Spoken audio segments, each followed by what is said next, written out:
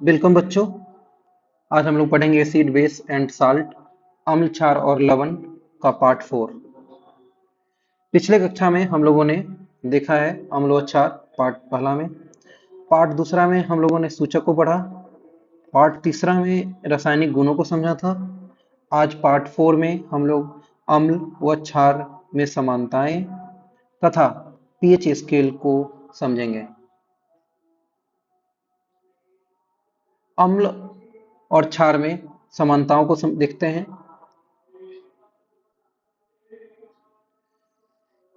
अम्ल और क्षार में समानताएं कहने का मतलब क्या है? कहने का मतलब यह है कि वैसे अभिक्रिया को समझना है जिस अभिक्रिया में अम्ल भी सेम तरीके से बिहेवियर करता है और क्षार भी सेम तरीके से बिहेवियर करता है। ऐसा दो केस है। पहला धातु के साथ जब भी अभिक्रिया होता है,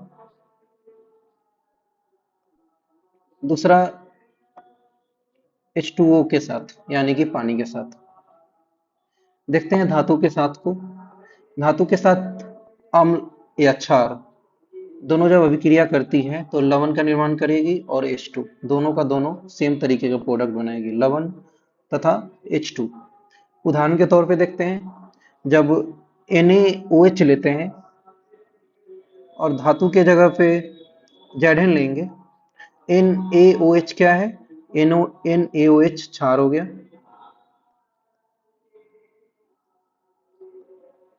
और Zn क्या हो गया? धातु। दोनों जब रिएक्शन करेगी तो जिंक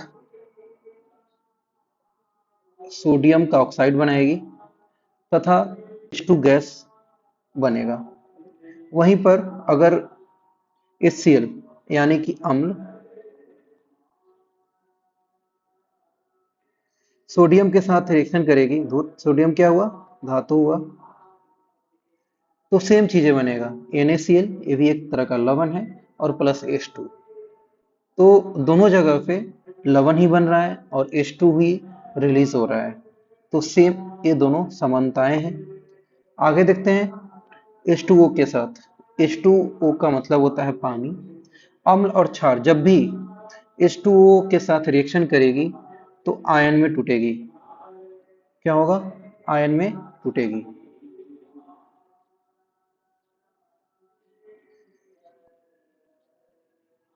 अम्ल अम्ल या क्षार का पानी के साथ रिएक्शन जो होता है और उसमें आयनों के रूप में टूटना, इसी को कहते हैं हाइड्रोलाइसिस।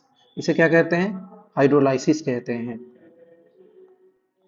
इसे हाइड्रोलाइसिस अभिक्रिया भी कहते हैं। देखते हैं उदाहरण। NaOH सोडियम हाइड्रोक्साइड जब पानी के साथ रिएक्शन करेगी तो टूट जाएगी, सोडियम अलग हो जाएगा, सोडियम सोडियम प्लस आयन अलग हो जाएगा और OH माइनस अलग हो जाएगा। ठीक उसी प्रकार से जब HCl पानी के साथ रिएक्शन करेगी तो H टूट जाएगा,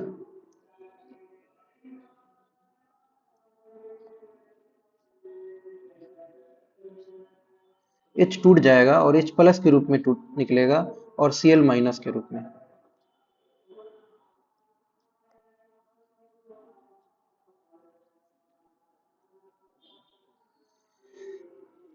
इस रिएक्शन के दौरान उष्मा बाहर की ओर निकलेगी। जिस उष्मा के बाहर निकलने की प्रक्रिया को, प्रोसेस को एक्सोथर्मिक प्रोसेस या एक्सोथर्मिक रिएक्शन कहते हैं। इसे हिंदी में उष्मा क्षेपी अभिक्रिया कहते हैं।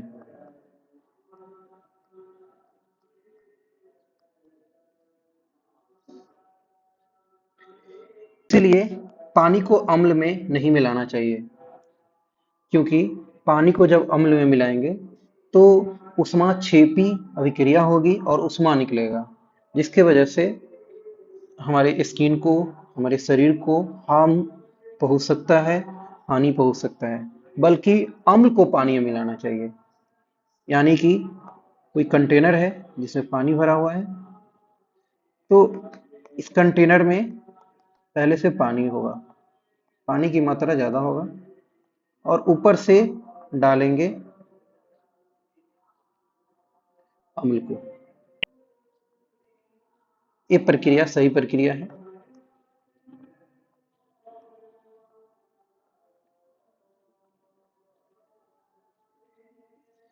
अभी इसमें हम लोगों ने एक चीज देखा था, क्षार के बगल में ब्रैकेट में अल्कली लिखा हुआ था। क्षार और अल्कली में क्या अंतर है? वैसे क्षार और अल्कली सेम होता है, लेकिन क्षार और अल्कली सेम होता है, बस अंतर थोड़ा सा है।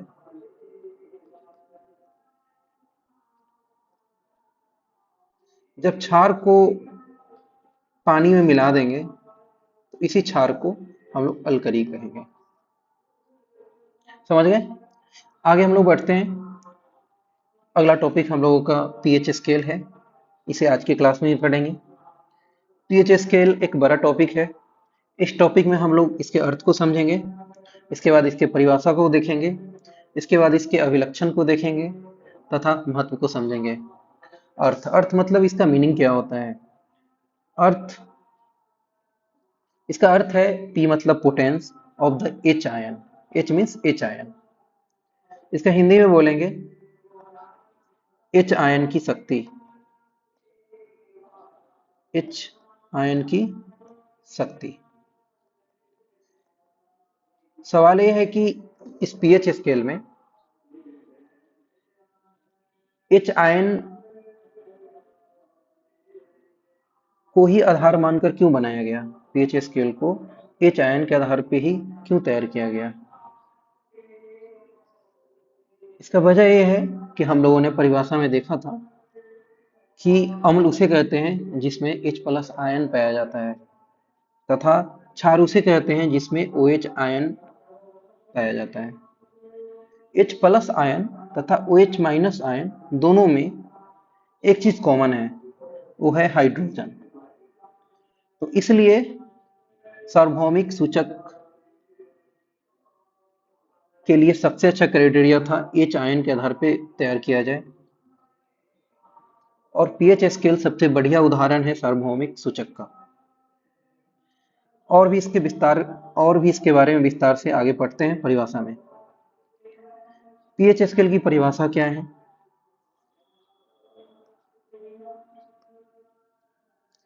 विभिन्न सूचकों का मिश्रण जो किसी विलयन में हाइड्रोजन आयन की विभिन्न सांद्रता को विभिन्न रंगों में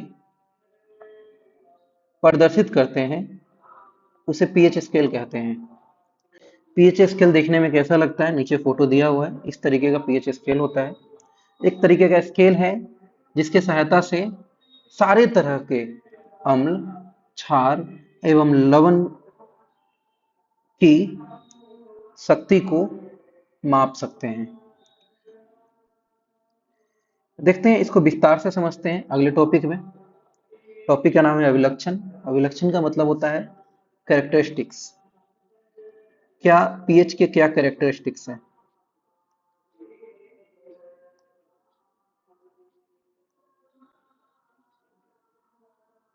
देखते हैं क्या क्या कैरेक्टरिस्टिक्स हैं।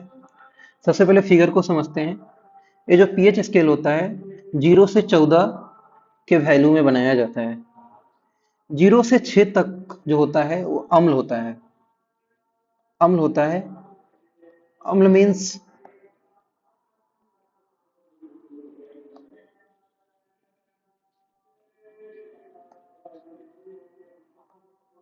एसिडिक।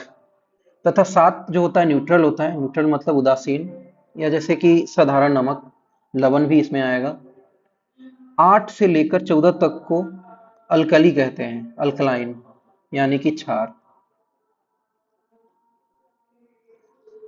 एसिडिक का मतलब था अम्ल। हमने बताया है कि किसी क्षार को जब पानी के साथ मिला देते हैं तो उसे अल्कली भी कहते हैं। अब इसको विस्तार से समझते हैं। ये तो समझने की बात हुआ, इसको अच्छे से समझते हैं। इसके पहला जो अभिलक्षण हो गया वो हो गया इसका वैल्यू 0 से 14 तक होता है। दूसरा जो अभिलक्षण है अभी मैंने बताया है, 0 से 6 मान को अम्ल कहते हैं।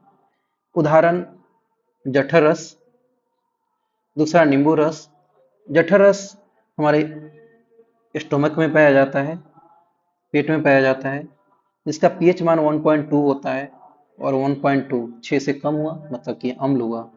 नींबू रस, नींबू रस में भी सिट्रिक एसिड होता है, सिट्रिक अम्ल होता है, जिसका मान 2.2 पीएच होता है। ये भी क्या है? अम्ल है। तीसरा विलक्षण को देखते हैं। तीसरा विलक्षण है, अगर 7 मान होता है तो ये उदासीन होता है, न्यूट्रल होता है। उदाहरण अगर देखना है तो साधारण नमक जिसका 7 होता है, लवण, सामान्य लवण इसी में आता है। नेक्स्ट कैरेक्टरिस्टिक्स देखते हैं, फोर्थ। 8 से 14 अगर मान हो तो ये क्षार होता है। उदाहरण रक्त, जैसे कि 7.4। मिल्क ऑफ मैग्नीशिया जिसका मान 10 होता है। 7.4 और 10 दोनों का दोनों 8 से ऊपर है, लेकिन रक्त जो है 7.4 है, 8 के आसपास है।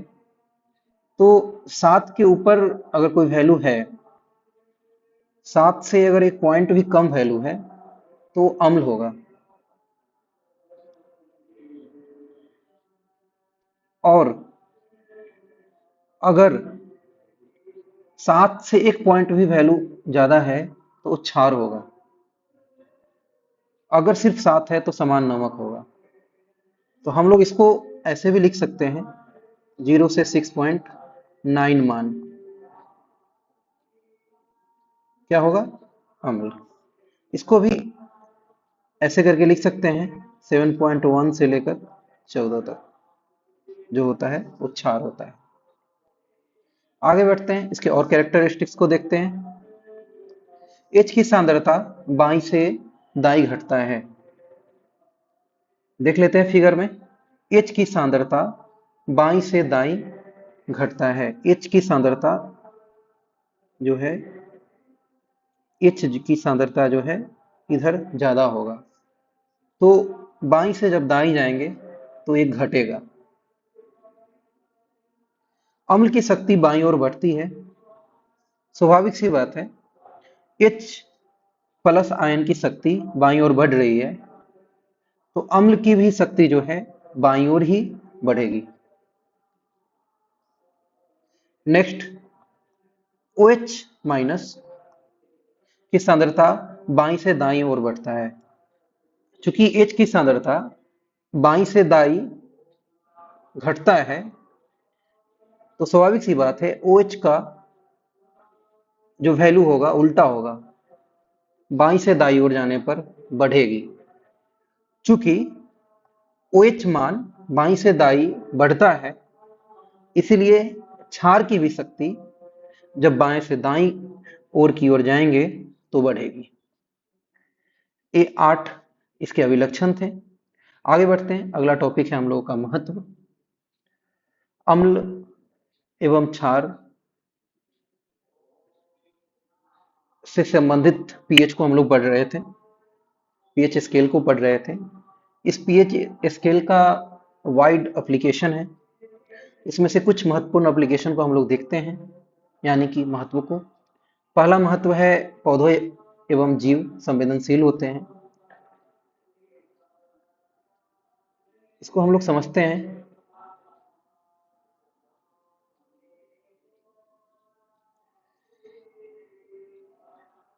पौधे एवं जीव, या हम हो या पौधे हो, हर कोई पीएच के अकॉर्डिंग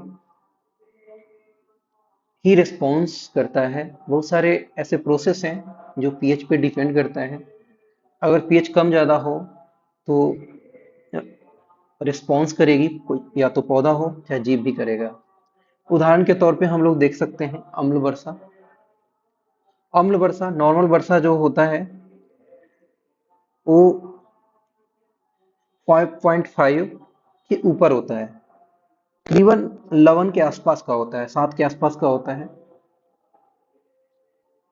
थोड़ा मोड़ा हल्का सा लवणीय होता है, साथ में हल्का सा बोल सकते हैं कि अम्लीय भी होता है। लेकिन जैसे ही पीएच की मान 5.5 से कम जाएगी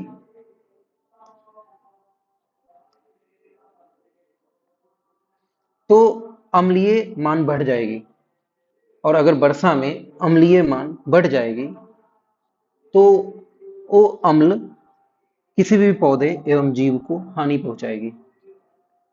मुख्य रूप से अम्ल वर्षा में जो अम्ल शामिल होते हैं वो है नाइट्रिक अम्ल, जिसका फॉर्मूला होता है HNO3। दूसरा है सल्फ्यूरिक अम्ल, जिसका फॉर्मूला होता है H2SO4। दूसरे महत्व की ओर बढ़ते हैं पाचन तंत्र में। पीएच का क्या काम है पाचन तंत्र में, इसको समझते हैं।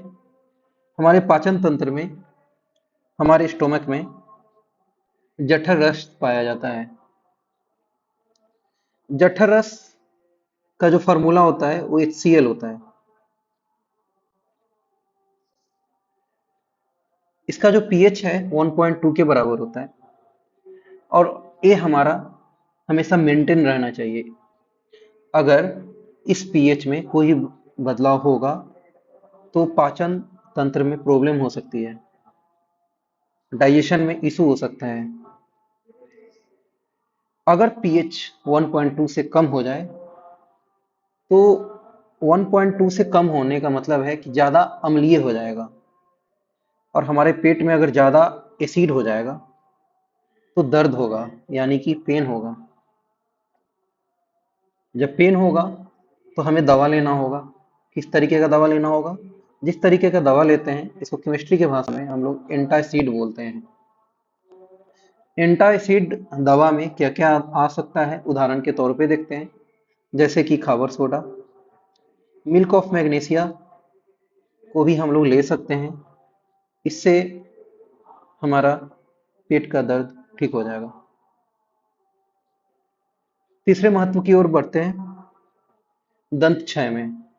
दंत क्षय क्या होता है? दांत में डिग्रेडेशन टाइप का हो जाना,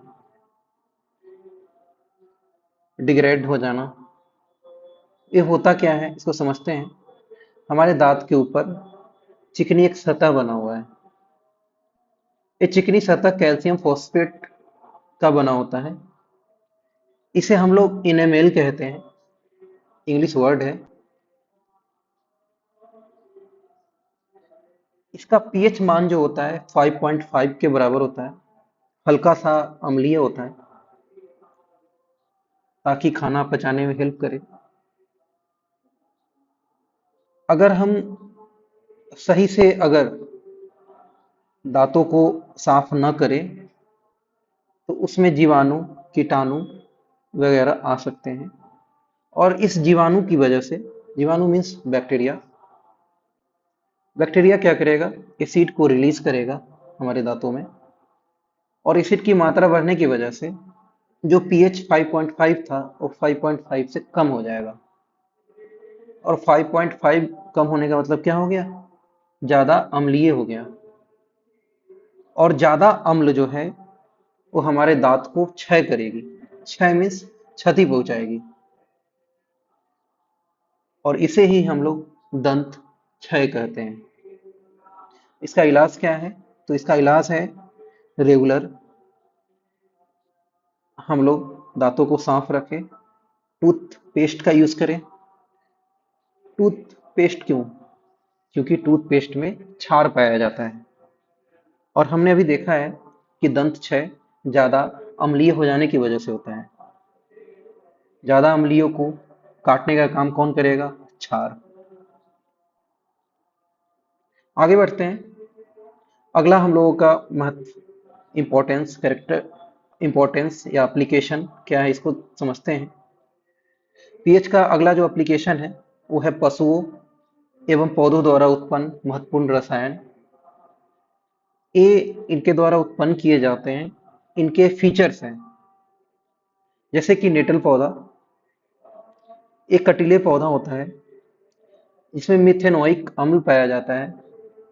अगर इसका कांटा चुभ जाए तो काफी जोर का दर्द होता है और लंबे समय तक दर्द रहता है। ठीक उसी प्रकार से अगला जो है मधुमक्खी का डंक है, इसमें भी मिथेनोइक अम्ल पाया जाता है। इसके भी काटने के बाद इंसानों का बुरा हाल हो जाता है। इसके बाद हम लोग चींटी का डंक देखते हैं। इसमें फॉर्मिक अम्ल पाया जाता है। फॉर्मिक अम्ल जो होता है वो होता है CHOOH।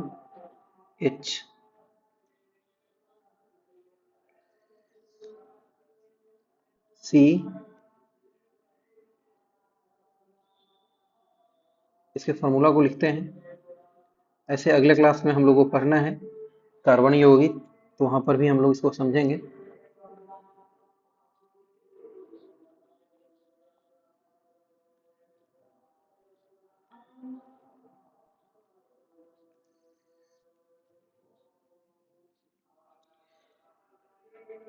इस तरीके से हम लोगों ने पीएच के एप्लीकेशन को अच्छे से समझा। आगे बढ़ते हैं, अम्ल और क्षार के प्रकार को समझते हैं।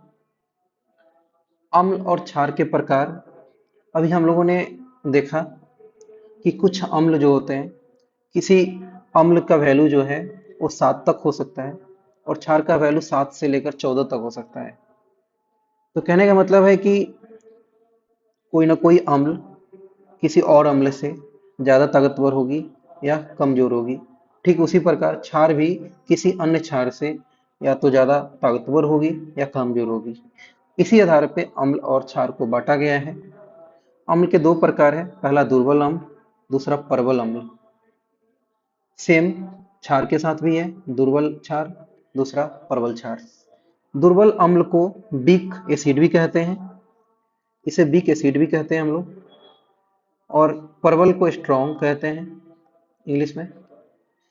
दुर्बल अम्ल की बात करें तो एक कार्बनिक अम्ल जितना भी होता है सारा का सारा इसी में आता है, जिसे हम लोग कार्बन यौगिक चैप्टर में पढ़ेंगे।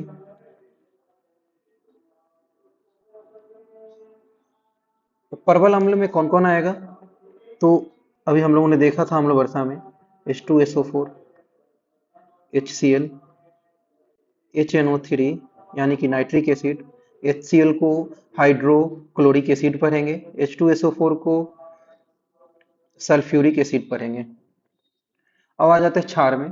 दुर्बल का मतलब होता है वीक बेस, प्रबल का मतलब होता है स्ट्रॉन्ग बेस। वीक बेस में क्या क्या आएगा, तो अमोनिया का नाम हम लोगों ने सुना है, एल्युमिनियम हाइड्रोक्साइड भी इसी में आएगा।